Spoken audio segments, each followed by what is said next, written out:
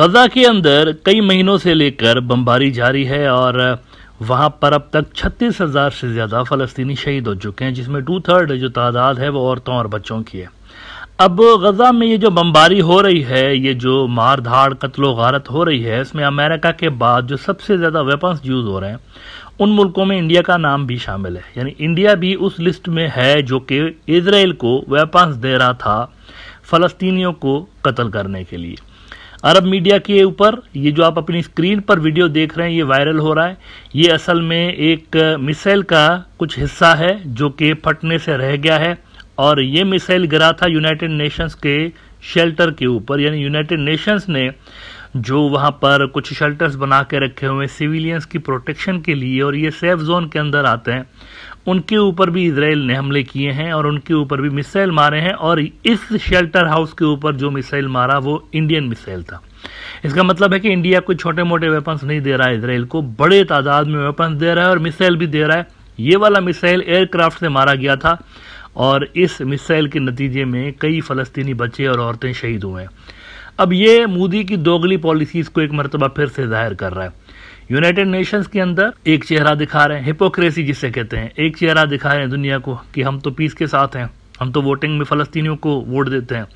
लेकिन पर्दे के पीछे असल में ज़ायनिस्ट और हिंदुत्व का जो नेक्सस है वो आपको साफ तौर पर छलकता हुआ नजर आता है।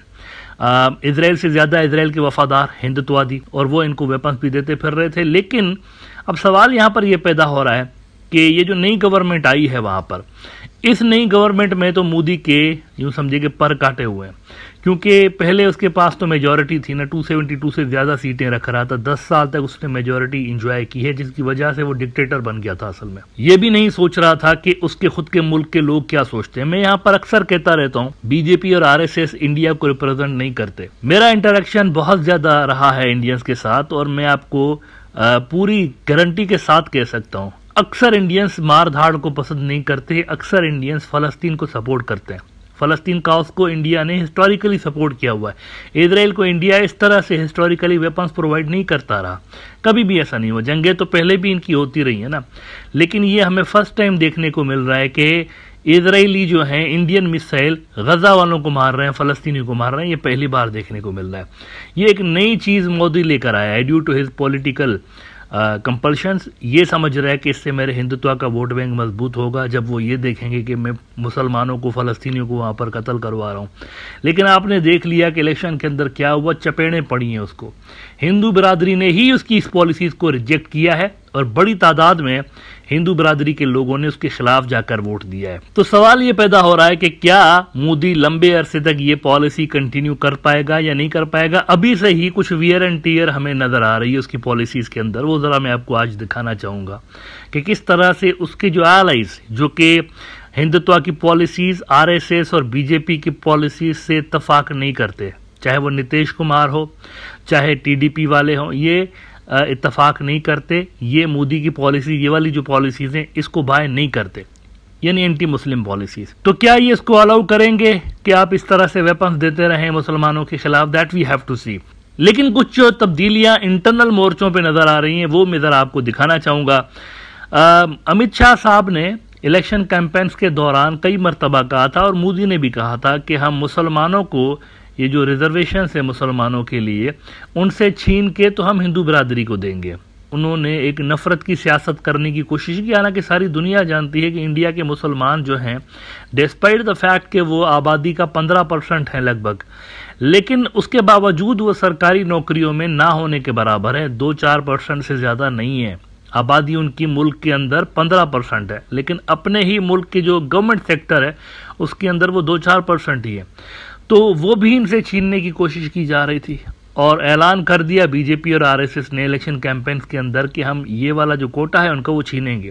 इलेक्शन से सिर्फ कुछ हफ्ते पहले का मैं जरा आपको अमित शाह का बयान दिखाऊंगा, एएनआई की रिपोर्ट कि BJP will and Muslim reservations after forming government in Andhra Karnataka. Amit Shah यानी हम जब आएंगे जीत के, अच्छा आंध्रा वही है जिसमें टीडीपी का स्ट्रॉन्ग होल्ड है, तो उन्होंने कहा कि जब हम आएंगे जीत के तो मुसलमानों की रिजर्वेशंस खत्म करेंगे, पहली बात उन्होंने की। लेकिन इलेक्शन के बाद क्या सूरत हाल है?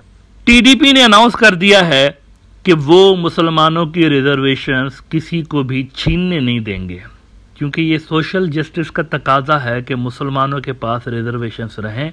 ये बिछड़ा हुआ तबका है, ये पीछे है इकोनॉमिकली, इनके लिए ज़रूरी है कि इनको आगे लाया जाए और इनका ख्याल रखा जाए। स्क्रोल ने रिपोर्ट किया, Andhra Pradesh reservations for Muslims is social justice and not appeasement, says BJP RI TDP. It is a fact that the minorities continue to suffer and that they have the lowest per capita income. Telugu Desam party leader R. Nara Lokesh said, as government it is my responsibility to bring them out of poverty. तो ये वहां पर पहली आपको कुदरत की तरफ से नरेंद्र मोदी की सियासत पे चपेट नजर आ रही है कि वो जो करना चाहता था कुदरत उसको नहीं करने दे रही। देखें ना, ये कुछ फैसले ऊपर से आते हैं।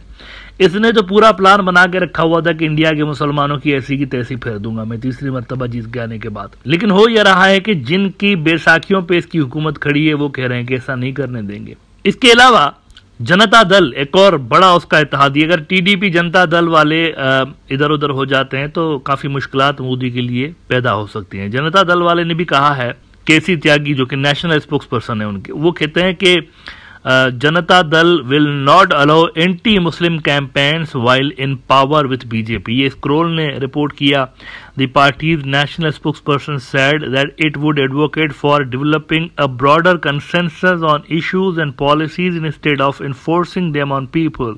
तो वहां पर इंटरनल विरोध मोदी सरकार को अपने ही एलाइज के तरफ से नजर आ रहा है और अग्निपथ स्कीम के हवाले से भी उनका बयान सामने आ गया है। वो अग्निपथ स्कीम को खत्म करेंगे। अग्निपथ स्कीम इन्होंने हिंदुत्व की फोर्स क्रिएट करने के लिए बनाई थी, यानी इन्होंने बनाई थी कि हिंदू राष्ट्र के अंदर बड़ी तादाद में हमें लोग चाहिए होंगे दंगे फसादात को कंट्रोल करने के लिए या बगावतें जो होंगी हिंदू राष्ट्र के खिलाफ उनको क्रश करने के लिए। तो ट्रेंड मिलिटेंट्स ये बड़ी तादाद में बनाना चाह रहे थे। 3-4 साल की फौज की नौकरी, फिर वहां से किकआउट, फिर दूसरों को मौका देना चाह रहे थे। देखें, यही चीज आप अगर देखें ये इस तरह से भी कर सकते थे कि 10 साल तक होगा, अग्निपथ का जो सोल्जर होगा 10 साल तक वो सर्विस कर सकेगा, लेकिन इन्होंने ऐसा नहीं किया। इन्होंने शॉर्ट कर दिया पीरियड। शॉर्ट करने का मकसद ये था असल में कि ज्यादा तादाद में ट्रेंड बेरोजगार मिलिटेंट्स सोसाइटी के अंदर मौजूद हो जो कि बवक्त जरूरत हायर किए जा सकते हो हिंदुत्व के एजेंडा के लिए।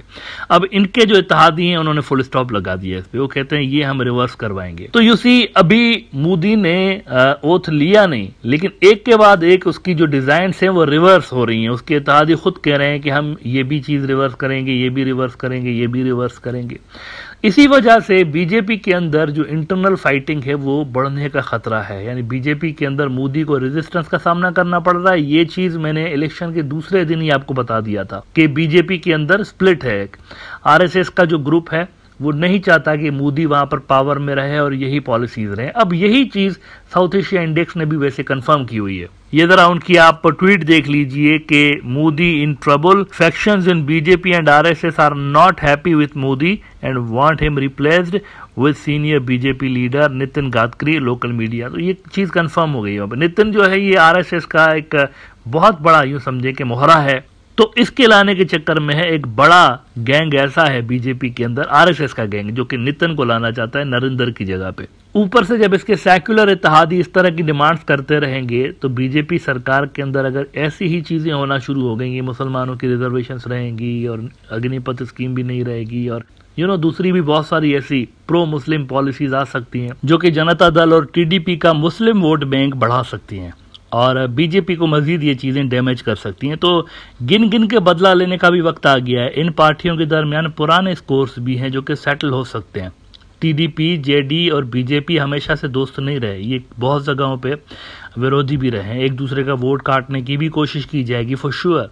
और मुस्लिम वोट बैंक और दलित वोट बैंक एक आइडियल कंस्टिट्यूएंसीज हैं और इनके ऊपर इस ग्रुप के अंदर वोट बैंक की सियासत हो सकती है। लिहाजा मोदी के लिए पुरानी पॉलिसीज कंटिन्यू रखना इतना आसान होगा नहीं, अंदरूनी फ्रंट पे कम से कम। लेकिन एक्सटर्नल फ्रंट पे क्या होता है दैट वी नीड टू सी, क्योंकि ये फॉरेन मिनिस्टर और डिफेंस मिनिस्टर अपना रखना चाहता है। अगर ये फॉरेन मिनिस्टर और डिफेंस मिनिस्टर अपना ही रख रहा होगा तो फिर इसका मतलब ये है कि गजा के अंदर जिस तरीके से ये वेपन्स से सप्लाई कर रहा है ये वाला पैटर्न शायद कंटिन्यू रहे अगर इसी का डिफेंस मिनिस्टर रहता है वहां पर तो। लेकिन मुल्क के अंदर एंटी मुस्लिम सियासत करना शायद इसके लिए पहले जितना आसान नहीं रही।